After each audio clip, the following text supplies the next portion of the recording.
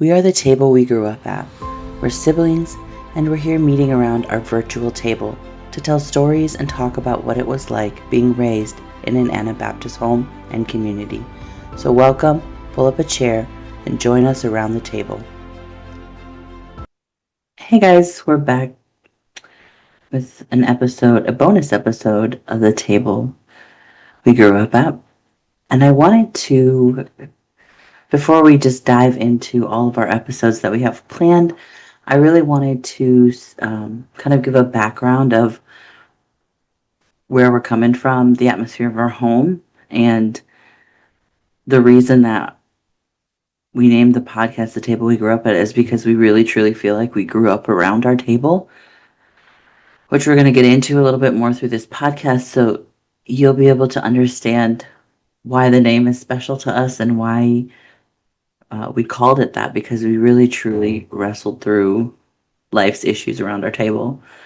And it was just that time of the day when we all sat and connected with each other.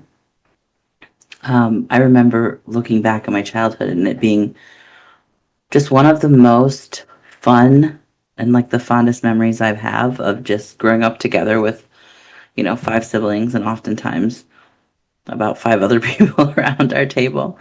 So we're going to tell some stories and kind of launch into some of the background and some introduction of just how we grew up and the atmosphere of our home. So pull up a chair and listen in. Good memories of just sitting around the table, chatting, hanging out. So many different friends that we used to have to come over and eat with us and be there. When we were small and we sat around that round table with like the chairs that we were speaking of, they were like these big, black, heavy duty chairs. Oh, yeah, I forgot about And those things. yeah, Those are that's what awesome. you would sit on the back of. I remember you Yeah, could sit on yeah. the back of those. Yeah. Mm-hmm. And it happens that little brother Chad, love him. He had a very small bladder when he was young. And so every dinner time to the bathroom he would go. Then he'd come back. And as he would go to his seat, because we all had our specific spots that we sat at the table, we never missed a spot. Everybody had their place. And he would literally kiss the back of every single person as he went around the table to his spot. Idiot. Can't help but love you guys. His love language is touch. Accept my love. Oh, man. I got yelled at every time. They just did it every time. And probably hit multiple times too. Probably. Very Most likely. likely. Yeah. I'm just thinking of so one thing with our family is Valentine's, we always sit down Yeah. and we always have a big feast of stuff, and it sometimes included extended family, it sometimes didn't. But I remember one year it's just our family, I'm pretty sure. Maybe an aunt or something like that. But we were sitting there, we decided to do, it was my mom's genius idea to do fondue. Oh, And man. It did not go well. No. It went beautifully. It went terribly. So basically, we had this like gel stuff that you light on fire, and that's how we were heating our fondue pots, heating the oil in our fondue pots. And Brandon, being a little pyromaniac at the time, was messing with this stuff. And I'm pretty sure you took a spoonful of it and lit it on fire. Yeah, probably. We were trying to fill it was running out of. Yes. So Brandon gets this to fill it. flaming gel, puts it on, somehow in the transportation, throws it in the middle of the table, and there's like this what is it, mesh? What is that stuff even called? Tool. That stuff burns real fast. This stuff, it lit on fire so fast. and the mad scramble that happened Full on fire in the middle of the table. the middle of the There's Valentine's also Day meal hot was- oil from the fondue. Yes. Was I it remember the mom just same being point? like, Wasn't it that same point they were like we were repainting the house? So there was like the whole like chandelier above the table was like covered in newspapers. And there probably was like Something like that. I think newspapers so, all yeah. over on Yeah. places too. Yeah. Because we were like Yep. painting and stuff. So I was a like whole Yeah. total fire hazard. total fire hazard everywhere. Yeah, I remember mom just being so excited about this, like very She was- fancy Thanksgiving thanks. I can't even talk. Very Valentine's. fancy Valentine's dinner that we were going to have, and Mhm. he just Up ruined in it. the night. He was so annoyed at us. I don't remember how long Valentine's dinner went on after that, but Hey, we still have them it today. was. We We're still further have again. Yeah. Mhm. We do. There's less fire at them, Less but we fire. still have them.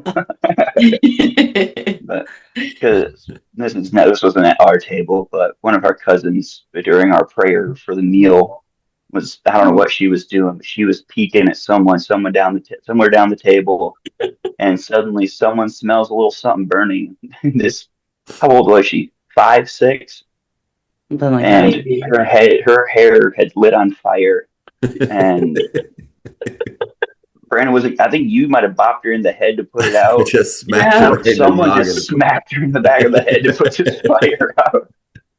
So our Valentine's Day dinners were Yeah. exciting. They were They were. exciting. And I remember also Unpredictable.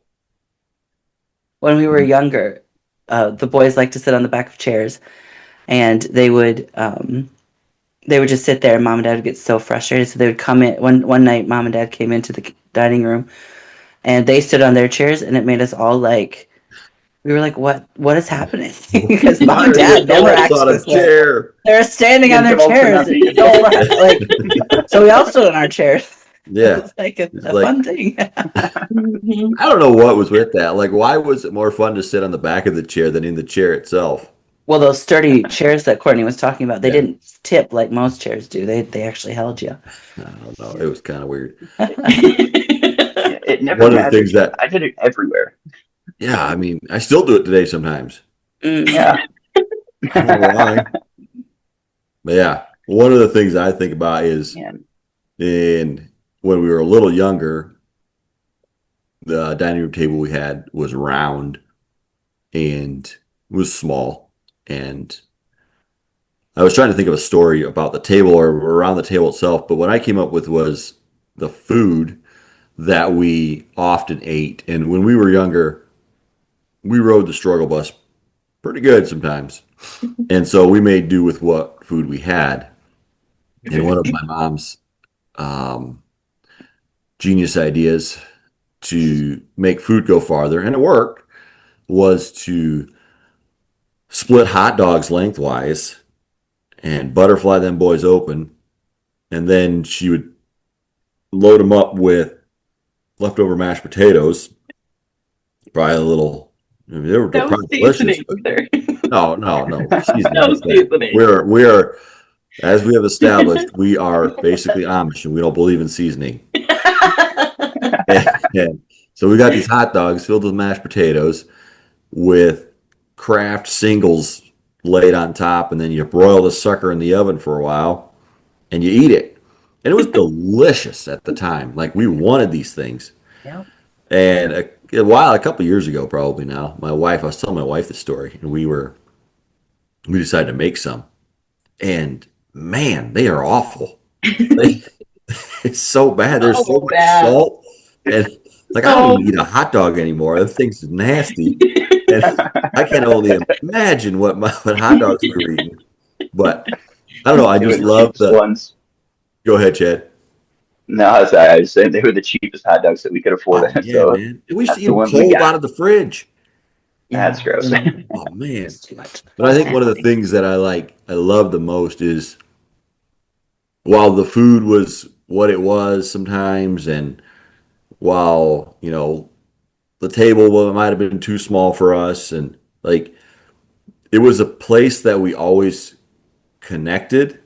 It was a place that at the end of our day, we would be together, spend time hanging out. It might be chaotic, might be is the wrong word. It was chaotic, and yeah, it's just like a good place to belong, and like there was a real sense of belonging there. And I so appreciate that from my mom and dad. Sometimes I mean, with my own kids now, I know how easy it is to just skip that part and to just because it's chaos. It's work to get everybody together. And I have two kids. We had five sitting around this table. Mhm. So yeah, I would just love that about my mom and dad for making that priority in our lives. Yeah. Yep. And it was like that for a lot of other people too. We often had people at our Always. house, Yeah. always. And if they came in late and we were already sitting down to eat, they would just go to the cupboard, grab a plate, and come back Yep. and help Yep. themselves. And we Yeah. just scooched over and made room for them because that's what we did. Yep. Yeah, I really It love was that nothing part. to walk into the house and have random friends in there just raiding the fridge. Yeah. Just Mhm. they were more than welcome to go to just go dig through whatever they wanted to get what they needed. Mhm. Our goal is to bring stories that we experienced around our table, or not just around our table, but growing up in an Anabaptist world. If you're not familiar with what Anabaptist is, it's a group of people that help me out, guys, with how to I mean, I would say describe it. Anabaptists are a group of people that like try to live the Bible out literally. So what the Bible says, they literally do. In some variation of that, I think it's a good way to look at Anabaptists is like on a spectrum. There's like really conservative, like Amish. Mhm. You can't drive a horse or you can't drive a vehicle, no electricity, that. And then there's like way further right, like or whatever way you want to go. Yeah. But Yeah, it is good to look at it as a spectrum because you really hit all the points on yeah. it. And so where we fit in the spectrum, I would have said is, slightly more liberal than Amish. We could drive cars, have electricity, but Mhm. still have a lot of Amish influence, and especially in the way church was done, and some stuff like that. Yeah.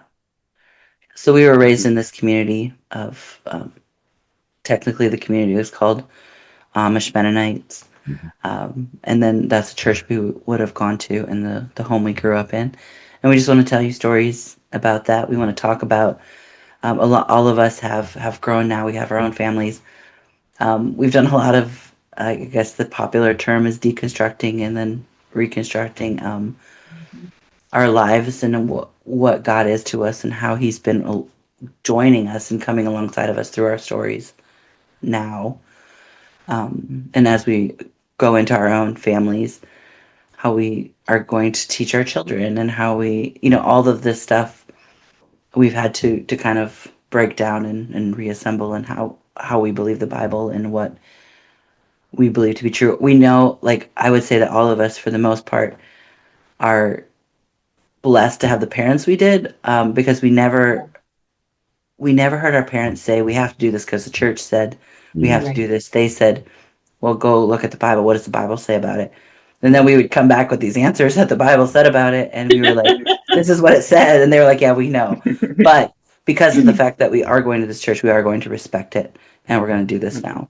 Mhm. But we were allowed to form our own opinions, which is what we have done, or we were allowed to do it when we were kids, and now as adults are still allowed to do, which it's been nice. It's that piece of belonging that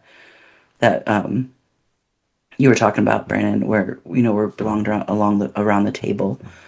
We were allowed to have these questions. We were allowed to ask the questions, to have the thoughts, to say the things without judgment and without um, hostility from our parents. They accepted that we had these questions. Mhm. Yeah. I think one thing that I I want people to know up front is like we're not here to badmouth, to Mhm. like downplay, or like there's a lot of really valuable things that we learned. Amen. Mhm. Yeah. And so, but there's also some holes, and there's some problems that need to be talked about. And I don't know, I guess if we can just help anybody process through that, that would be huge. Because I mean, growing up, we didn't have that. We did in a bit in our parents, but they were still a part of the Mennonite world, the Anabaptist world. Mm-hmm. And it can look big and scary to, like, well, what do I do? Where do I go? What's it look like outside? And it, Yeah. so Yeah. please know that we're not here to disparage, to put down Mm-hmm. anybody. This is our experience. This is our stories. Right. And I really want to create a group or a space in coaching and just in my life in general where people can ask the hard questions, where we can have discussions about things we might not agree on, or we might see differently, but we can still be friends. We can still walk away and love one another, and it be okay to have different opinions, but a place that's safe enough to bring up the questions. Yeah. I think Yeah. one thing that our parents did so well is they invited other people into our space. It wasn't like they secluded us from any other type of influence. They allowed other people in. Our parents were foster parents for like 10 years, and that brought so much perspective of outside the Anabaptist world to our family. And then also just allowing our friends to be over and to talk about these things. And it wasn't like it was shut down. It was, yeah, like Brittany said earlier, we were told, what does the Bible say? Let's go look it up. Let's figure it out. And one thing that also that I really struggled with and really wanted at the time was somebody that I could talk to about these things that were going on in my head, especially when it came to things like joining the church, and you had to be baptized, you had to join the church. I wanted to be baptized. I didn't want to join the church. Different things like that. If I would have had somebody to talk to about these things other than just my family and my friends, because they were in the exact same boat that I was in, so where was that space that I could have gone to? We didn't have podcasts back then, but like, is there something? We old. Wow. Old. Hey, calm down. Well, Hit the big 3-0, man. right? I know. Coming right up on you, Chad. Calm down. I just turned 29. I know. But yeah, just like another perspective from, and even people that are now outside of that Anabaptist world. Yeah, what their thoughts would have been very helpful for me at 18 years old trying to make this decision. Right. I think one thing that mom and dad pushed a lot was respect. Very And like I remember very clearly we would have issues in school because we went to the church we went to had a school. We all went to that school. We all graduated from that school, and like if there was a teacher that we were having problems with that we didn't like I remember very clearly mom and dad being like, you have to respect the authority in like that teacher has over you. You have to respect that position of authority. You don't have to like the person, but you have to respect that. And words were said so many times. So many burned into my brain. But that's something I catch myself telling my boys all the time. It's like you have to you have to be respectful. But I think like what Brandon, what you were saying earlier about like we don't want to come at this in like a degrading way or like you have to do it this way, you have to do it that way. But since the respect is burned into all of our brains, like we all want to be respectful to where you are on your journey of wherever God has you. Right. And, because that's if you're someone listening that is in the Anabaptist world, we're not saying oh, you have to leave to like, Mm. feel to like find God or whatever. That's not what we're saying. No. We're just saying, like Brandon said earlier, these are our experiences, and that's what we're Yeah. talking about. That's what we're sharing. I think one unique thing too about us is we've all left. Like it hasn't been like we all left together. Right. Mhm. Like we've all left at different times. We all currently are at different, like in different types of churches, and like Yeah. have very different perspectives on church and what it should look like, and so hopefully that can be a unique conversation as well. It's not like we all are like one step away. Some of us are a little further, some of us are a little closer to that Anabaptist, to those Anabaptist roots. And like, so hopefully that can be a unique perspective as well. Yeah. Mhm. Yeah. We hope you've enjoyed this episode of The Table We Grew Up At. Thank you for being here. Thank you for pulling up a chair, and thank you for joining us. See you next time.